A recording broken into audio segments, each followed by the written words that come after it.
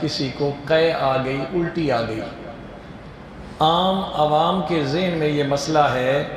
اور لوگ ایک دوسرے کو مسائل خود بتاتے ہیں، حالانکہ مسائل کا تعلق عالم کے ساتھ ہونا ہے، مفتی کے ساتھ ہونا چاہیے۔ دکاندار یا ریڑھی والا ایک دوسرے کو مسائل نہ بتائیں تو وہ زیادہ بہتر ہے، اس سے خرابی پیدا ہوتی ہے۔ عوامی تصور یہ ہے کہ قے آ جائے روزہ جی ٹوٹ جاتا ہے، قے تھوڑی آئے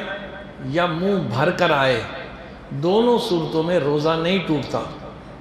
ہاں اس صورت میں روزہ ٹوٹتا ہے کہ قے اندر سے آئی، منہ تک پہنچی اور پھر اندر چلی گئی،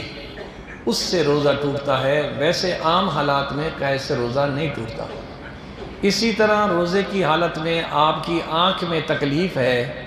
تو اس کے لیے آپ آنکھ میں دوائی ڈال سکتے ہیں۔ ناک اور کان میں روزے کی حالت میں دوائی نہیں ڈالی جا سکتی، کیونکہ ناک کا سلسلہ اندر معدے تک اور اندر تک ہے، وہ دوائی اندر تک جاتی ہے تو اس سے روزہ ٹوٹ جاتا ہے۔ کان کے مسئلے میں مفتی رفیع عثمانی صاحب رحمۃ اللہ تعالیٰ علیہ کا فتاویٰ میں پڑھ رہا تھا تو انہوں نے ڈاکٹروں کا ایک بورڈ بلایا کہ بھئی یہ کان میں دوائی ڈالنے سے روزہ ہم کہتے ہیں ٹوٹ جاتا ہے، تو آپ بتائیں کوئی سلسلہ ہے؟ تو ڈاکٹروں نے بتایا کان کے اندر کوئی اندر سے سوراخ نہیں جو معدے تک جاتا ہو، تو اس لیے وہاں کوئی اللہ کی طرف سے دیوار ڈلی ہوئی ہے، تو اس لیے اب بعد کے فقہائے کرام یہ فتویٰ دیتے ہیں کہ کان میں دوائی ڈالنے سے روزہ نہیں ٹوٹتا، ناک میں ڈالنے سے ٹوٹتا ہے، کیونکہ وہ دوائی کا سلسلہ اندر تک جاتا ہے۔